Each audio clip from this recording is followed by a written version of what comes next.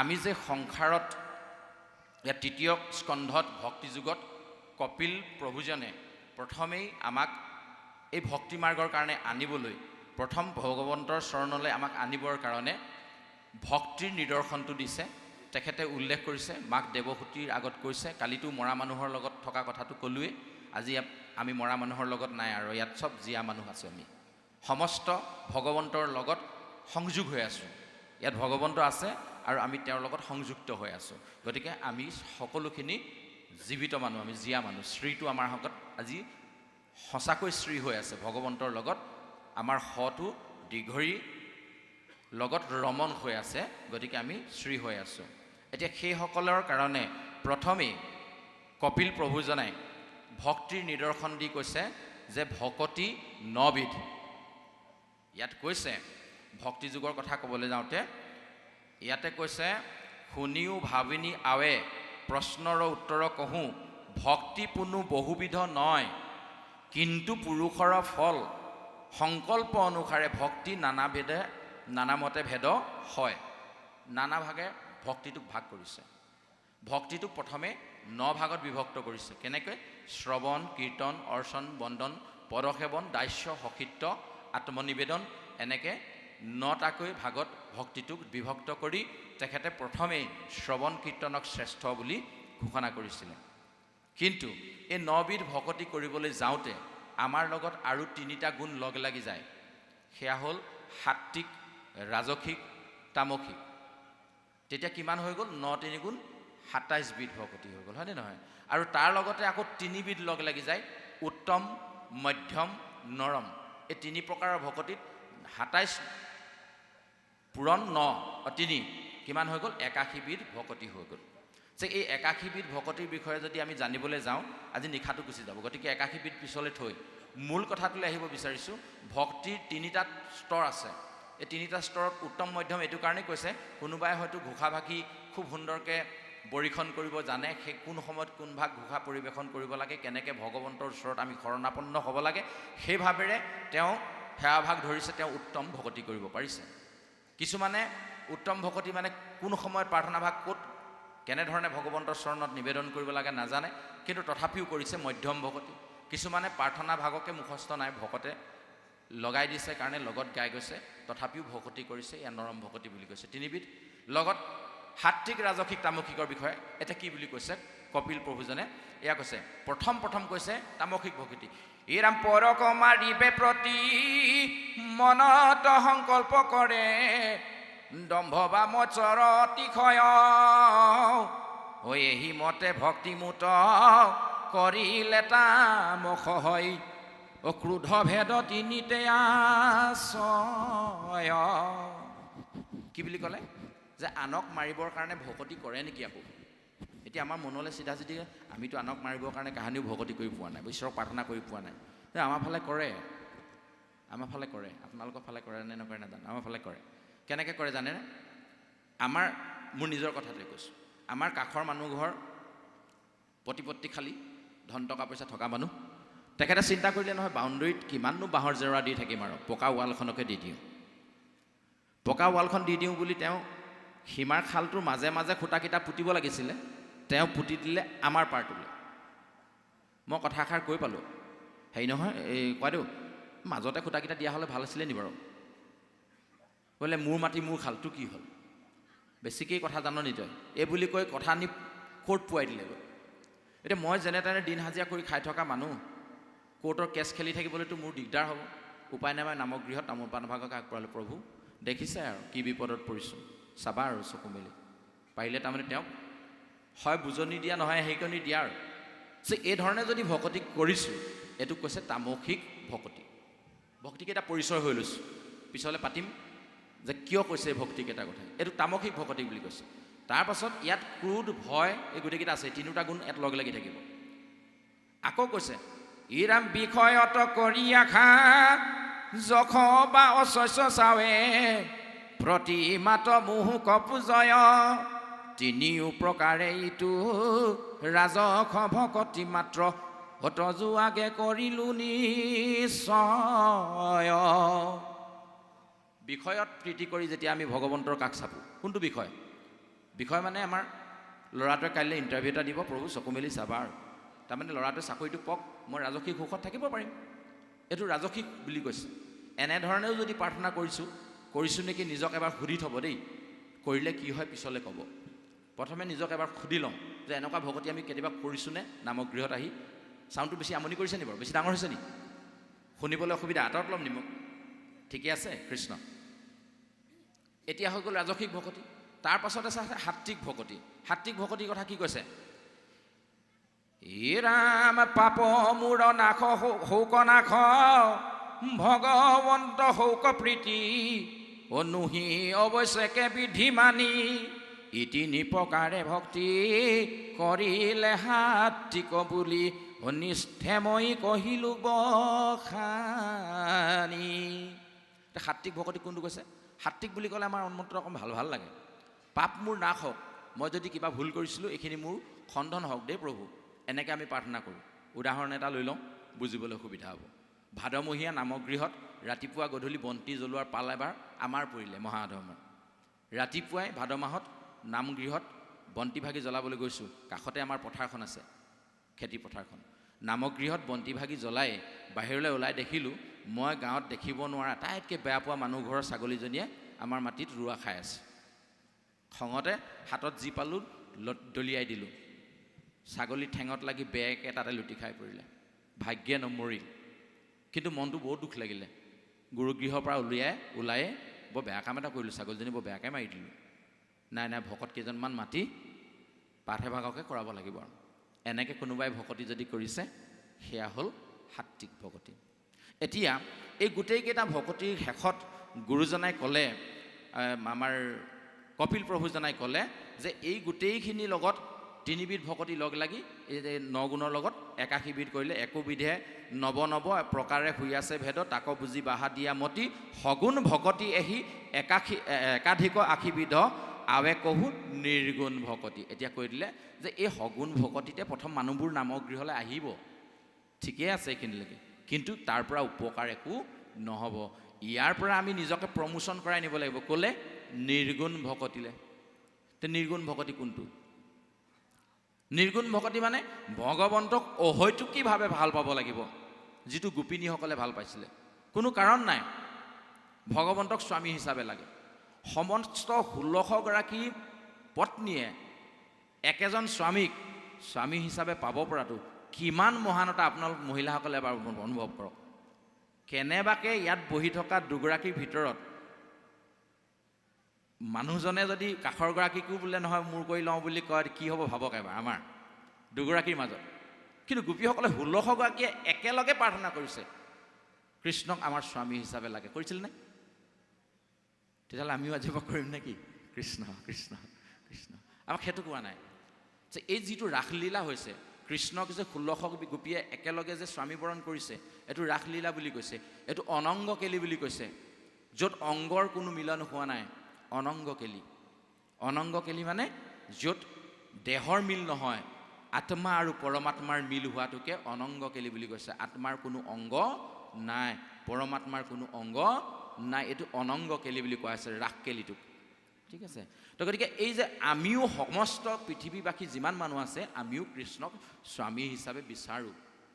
হে কৃষ্ণ স্বামী, তোমাৰ চৰণে আমি ভজিলোহো জয় জয় বুলি কেৱল মহিলাসকলেই নাগায়, পুৰুষসকলেও গায়। তাৰমানে আমাকো ভগৱন্ত কৃষ্ণক স্বামী হিচাপে লাগে, নহয় জানো?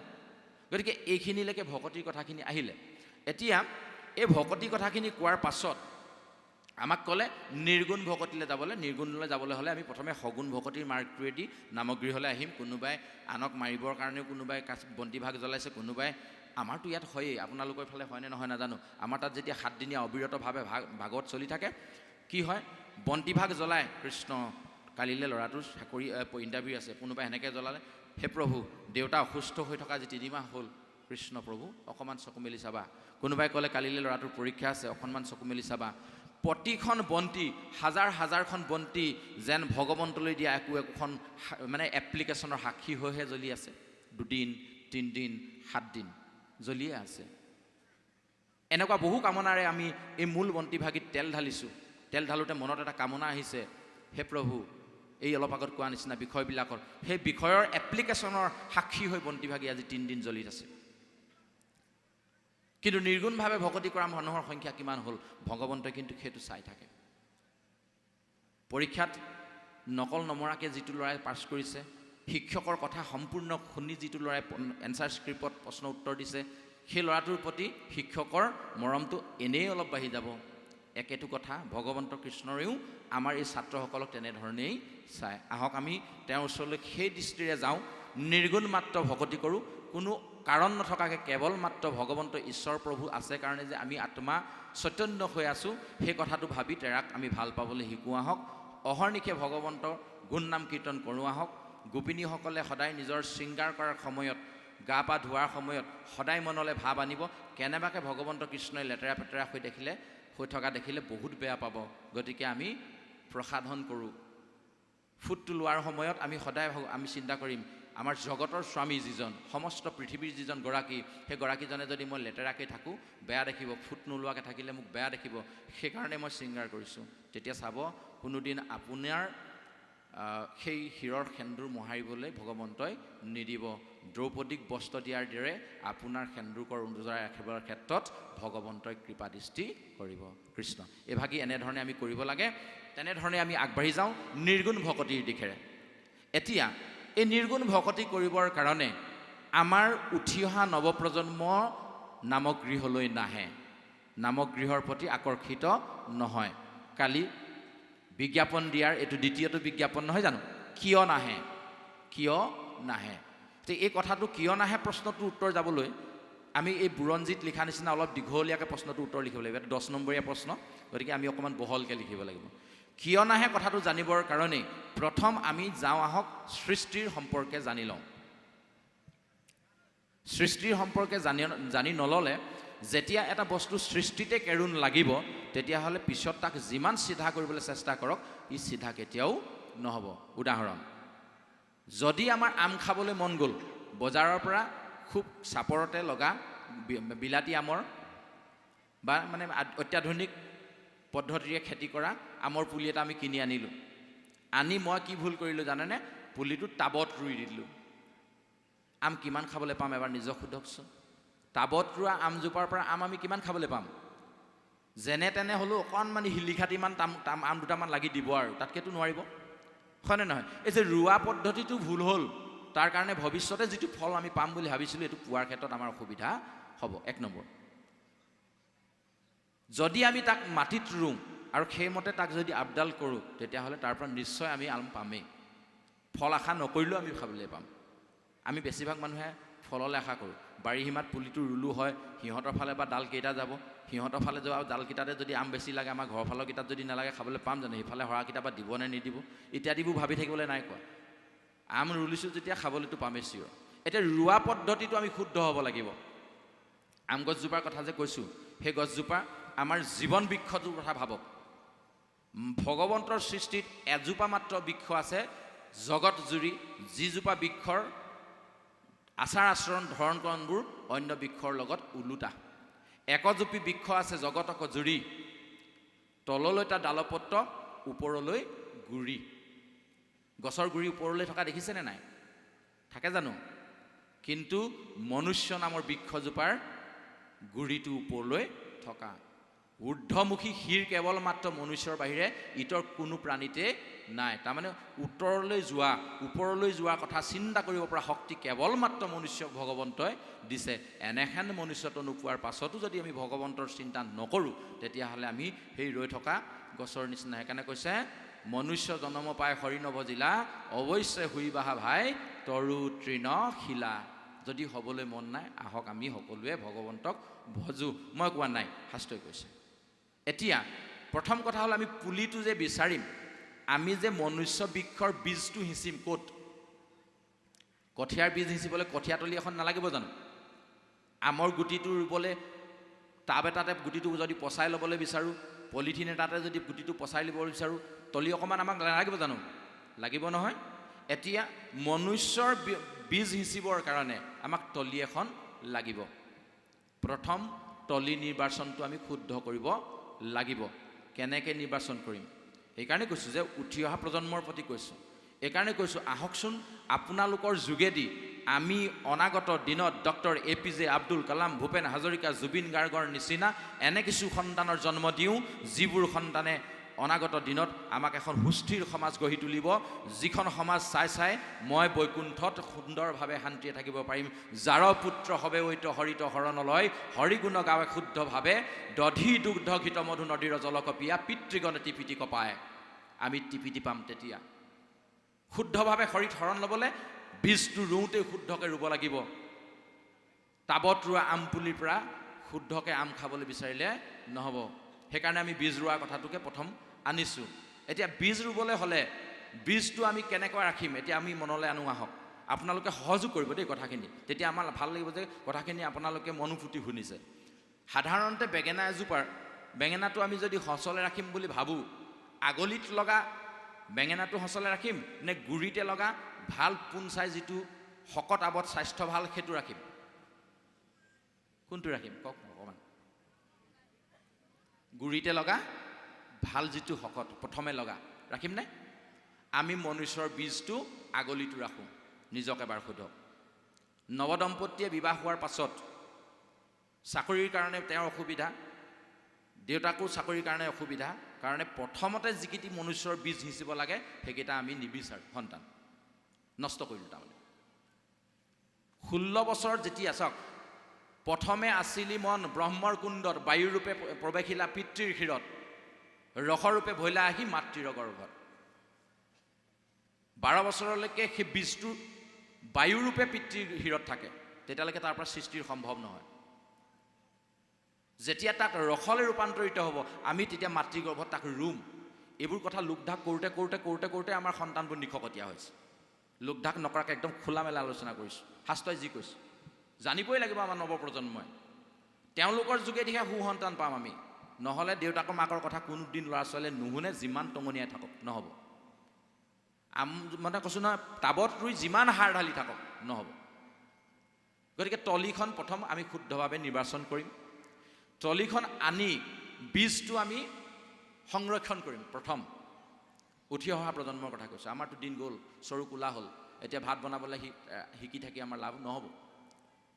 সন্তান আজি দেউতাকৰ ভিডিঅ' কৰিব পৰা হ'ল, সন্তান লগত আহি পাঠ কৰিব পৰা হ'ল। এতিয়া আৰু মই বেলেগ কথা চিন্তা কৰিবলৈ আমাৰ সময় নাই, কিন্তু তাক আমি শিকাবই লাগিব। সেইকাৰণে লগত লৈ ফুৰিছোঁ। সি শুনিবই লাগিব, সি জানিবই লাগিব। ঘৰতো পাঠ আৰম্ভ কৰাই দিছোঁ। 3য় স্কন্ধ ভাগৱত সি শুনিব লাগিব, সৃষ্টিৰ বিষয়ে সি জানিব লাগিব। পালন কৰক নকৰক সেইটো তেওঁৰ কথা। ভগৱন্তক মই প্ৰাৰ্থনা জনাম, মোৰ কৰ্তব্য প্ৰভু মই কৰিলোঁ, ইমানখিনিলৈকে মই আগবঢ়াই দিলোঁ, বাকীখিনি তোমাৰ ইচ্ছা। যদি তুমি কৃপা নকৰা কেতিয়াও সম্ভৱ নহ'ব, এয়া সি কেতিয়াও মানি নল'ব। গতিকে ভগৱন্তৰ ওচৰত সেইটোৱে প্ৰাৰ্থনা থাকিব। আপোনাৰ খবৰ হৈও ভগৱন্তৰ ওচৰত আমি সেইভাগেই প্ৰাৰ্থনা জনাইছোঁ। আহকচোন আমাৰ উঠি অহা সঁচবোৰ, আমাৰ উত্তৰ পুৰুষবোৰ শুদ্ধ হওক। 1 নম্বৰ আমি প্ৰথমে ব্ৰহ্মচৰ্য ব্ৰত পালন কৰিব লাগিব। সেইকাৰণে আমাৰ 4টা আশ্ৰম দিছে: গৃহস্থী, ব্ৰহ্মচৰ্য, গৃহস্থী, বানপ্ৰস্থী, যতি, ব্ৰতী। এনেকৈ আমাক 4খন আশ্ৰম দিছে। নুহু জানা আমি 4 জাতি, 4ও আশ্ৰমী নুহু আতি, নুহু ধৰ্মশীল, দানব্ৰত তীৰ্থ গামী। এনেকৈ গুৰুজনাই লিখিছে। 4খন আমাৰ গৃহতে আছে। প্ৰথম আমি ব্ৰহ্মচৰ্য ব্ৰত পালন কৰিব লাগিব। ব্ৰহ্মক আমি সংৰক্ষণ কৰিব লাগিব। যেনেকৈ বেঙেনা গছৰ গুটিখিনি, সঁচৰখিনি আমি আগতীয়াকৈ ৰাখিছোঁ, পথাৰতে ধান যিখিনি ভাল থোক সেইখিনি বেলেগকৈ বান্ধি আমি সঁচৰ কাৰণে আনিছোঁ, ঠিক তেনেধৰণে আমাৰ বীজটো আমি তেনেকৈ সংৰক্ষণ কৰিব লাগিব। এতিয়া আকৌ সেই সংৰক্ষণ কৰা তলিখন আমি আকৌ তাত সাৰ জাবৰ দি ৰাখিব লাগিব আগতীয়াকৈ। শিলগুটি ভৰ্তি হৈ থকা, বালি মিহলি হৈ থকা কঠীয়াতলিখনত আমি কঠীয়া পাৰিম নেকি? তলিখন নিৰ্বাচনটো আমাক শুদ্ধ হ'ব লাগিব। নিৰ্বাচন কৰাৰ পাছত তাত অপতৃণখিনি আঁতৰাই, চ'ত মাহতে তাৰ অপতৃণখিনি কাটি জুই জ্বলাই মেলি ঠিক ঠাক কৰি গোবৰ জাবৰ পেলাই যেনেকৈ কঠীয়াতলি ঠিক কৰোঁ, আমি যিখন তলিত মনুষ্যৰ বীজ সিঁচিবৰ কাৰণে শাহু আই শহুৰ দেউতাৰ ঘৰৰ পৰা আনিম, সেই তলিখনতো আমি তেনেকুৱা সাৰ জাবৰ দিব লাগিব। কি? শিখৰ, চিগাৰেট, মদ, ভাং কি কৰোঁ আমি? এনেকুৱাবোৰেই কৰি আছোঁ। বামা নহয় শাস্ত্ৰ আমাৰ। আমি তাৰ পৰা গুচি আহিব লাগিব। কেলে? সৃষ্টিটো শুদ্ধ কৰাৰ খাতিৰত নাই কমেও 3 মাহ, আগৰখিনি বাদ দিয়ক, যি কৰিলোঁ 3 মাহ আমি আমাৰ দেহটোৰ তেজখিনি শোধন কৰিব লাগিব, ব্ৰহ্ম শোধন কৰিব লাগিব। খাদ্যৰ পৰা ৰক্ত হ'ব, ৰক্তৰ পৰা মাংস হ'ব, মাংসৰ পৰা মেদ হ'ব, মেৰুৰ পৰা মাংসৰ পৰা মেদ, মেদৰ পৰা মেৰু, মেৰুৰ পৰা মজ্জা, মজ্জাৰ ভিতৰত গৈ থাকিব DNA, যাক কোৱা হয় শুক্ৰাণু। কোনে সৃষ্টি কৰি দিব? আমাৰ পৰাই হ'বতো। গতিকে সেই DNA-টো সৃষ্টি কৰোঁতে যিখিনি খাদ্য আমি সংগ্ৰহ কৰি সেই DNA-টো বনাম, আৰু সেই DNA-ৰ পৰাই সন্তানৰ সৃষ্টি হ'ব। আমি শোধন কৰিব পাৰিম। ভীষ্ম তাৰ উদাহৰণ। তেওঁৰ তেজটো শোধন কৰিহে বৈকুণ্ঠলৈ গৈছে, বৈষ্ণৱলৈ আহিছে। দুৰ্যোধনৰ পৰা যিখিনি খালে হস্তিনাপুৰত থাকি, সেইখিনি দেহৰ প্ৰতিটো ইঞ্চিয়ে ইঞ্চিয়ে অৰ্জুনে কাঁড় মাৰি 10 দিন 18 দিন শয্যাত পেলাই থৈ দিলে। প্ৰতি টোপাল তেজ গৈ গৈ শেষ হ'ল, আৰু গংগাৰ পানী খাই নতুন তেজ সৃষ্টি কৰি বৈষ্ণৱলৈ ৰূপান্তৰিত হ'ল। উদাহৰণ। মেটেকাৰ তলৰ কাৱৈমাছজনী আনিব কোলা, আপুনি আনি আপোনাৰ ঘৰৰ একুৰিয়ামটোত পানীখিনি চফা পানী দি এমাহ থৈ দিয়ক, 2 মাহ থৈ দিয়ক, 15 দিন থৈ দিয়ক, চাব কোলা মাছ বগা হৈ গ'ল। কিয়? সংস্কাৰ, শোধন। আমিও আমাৰ এই তলিখন শোধন কৰিব লাগিব। তলিখনৰ লগতে যিজনৰ বীজ সিঁচিম সেইজনৰো আমি সংশোধন কৰিব লাগিব। মিনিমাম 3 মাহ আমি কৈছোঁ। কৰি চাব লাগে। নতুন প্ৰজন্মই দায়িত্ব ল'ব লাগে। এইটো কৰিম প্ৰথম। কৰি আমি সন্তানৰ বীজ সিঁচাৰ সময়কণ ঠিক কৰিম। কেতিয়া সিঁচিম? যেনেকৈ জেঠ মাহত কঠীয়া সিঁচে ধানৰ কাৰণে, এতিয়া আমি মনুষ্যৰ বীজ কেতিয়া সিঁচিম? আহক 2টা জন্ম ৰহস্যৰ বিষয়ে জানি লওঁ। 3টা। 1 নৰকাসুৰ জন্ম, 2 হিৰণ্যকশিপুৰৰ জন্ম, 3 তেওঁৰ বংশতে প্ৰহ্লাদৰ জন্ম। জানিবই লাগিব, নহ'লে আমাৰ অসুবিধা আছে। এইখিনিলৈকে আমি মনত একদম পূৰা মনত ৰাখি ল'লোঁ দেই। কি মনত ৰাখি ল'লোঁ? আমি ব্ৰহ্মচৰ্য ব্ৰত পালন কৰিম আৰু খাদ্যৰ সংস্কাৰ কৰি আমাৰ DNA-টোক শোধন কৰিম। এইখিনিলৈকে আমি দৃঢ় প্ৰতিজ্ঞ হৈ ল'লোঁ। যিসকলে কৰিব ভগৱন্তক সাক্ষী কৰি লওক, চাব ফলাফল কি হ'ব। শাস্ত্ৰই কৈছে, আমি কোৱা নাই। এইবোৰ কথা ইমান দিনতে জানিছিলে, বিজ্ঞানে বহুত দেৰিকৈ কৈছে। আচ্ছা, এতিয়া কথাটো হৈ গ'ল জন্ম ৰহস্যকেইটা একেবাৰে জানিম, যে ক্ষণটো আমি বুজি পাম কোন ক্ষণত জন্ম হ'লে কেনেকুৱা হয়। প্ৰথম আৰম্ভ কৰিছোঁ নৰকাসুৰ। নৰকাসুৰৰ পিতৃ-মাতৃ কোন জানে? সকলে বৈষ্ণৱসকলে জানে। হিৰণ্যকশিপুৰ হিৰণ্যকশিপুৰলৈ নাই আহা। নৰকাসুৰ। নৰকাসুৰ কেতিয়া জন্ম হৈছিলে মই চমুকৈ কৈ দিছোঁ। আপোনালোকৰ পৰা জানিবলৈ গ'লে ৰৈ ৰৈ ক'লে দেৰিহে লাগিব। যিমান পাৰোঁ আমাৰ ফালৰ পৰা খৰকৈ ক'বলৈ আৰম্ভ কৰিছোঁ। যেতিয়া ব্ৰহ্মাই সৃষ্টি কৰিবৰ কাৰণে দায়িত্ব ল'লে, তেতিয়া ক'লে, প্ৰভু সৃষ্টিটো কৰি মই ক'ত থ'ম? এই যে থ'বৰ কাৰণে জেগা এডোখৰ লাগিব। তেতিয়া ভগৱন্তই বৰাহ ৰূপেৰে বসুমতীক পাতালৰ পৰা উদ্ধাৰ কৰিছে। তেতিয়ালৈকে হিৰণ্যাক্ষই বসুমতীক পাতাল তলত লুকুৱাই ৰাখিছিলে। আমাৰো পানী তলতেই বীজ সিঁচাৰ ঠাইডোখৰ লুকাই থাকে, চাব। মনুষ্যৰ বীজ পানীতে সিঁচে। এই যে সৃষ্টিৰ কাৰণে যে ধৰাখনো সেইকাৰণে পানী তলতে আছে। বৰাহ ৰূপেৰে যেতিয়া দন্তৰ আগত বসুমতীক লৈ আহিলে, তেতিয়া বসুমতীয়ে চিনি পালে যে হিৰণ্যাক্ষৰ নিচিনা এটা অহংকাৰী দৈত্যক বধ কৰি মোক উদ্ধাৰ কৰিব পৰাজন কমটি পুৰুষ নহয়, তেওঁ স্বয়ং ভগৱন্তই হ'ব। গতিকে এই সুবিধাতে ভগৱন্তৰ পৰা মোক এটা সন্তান লাগে, ঈশ্বৰৰ সন্তান। কিন্তু দুখৰ বিষয়, তেতিয়া বসুমতী ৰজস্বলা আছিল। ৰজস্বলা বুলি ক'লে সকলোৱে বুজি পাইছে, ঋতুমতী হৈ আছিলে।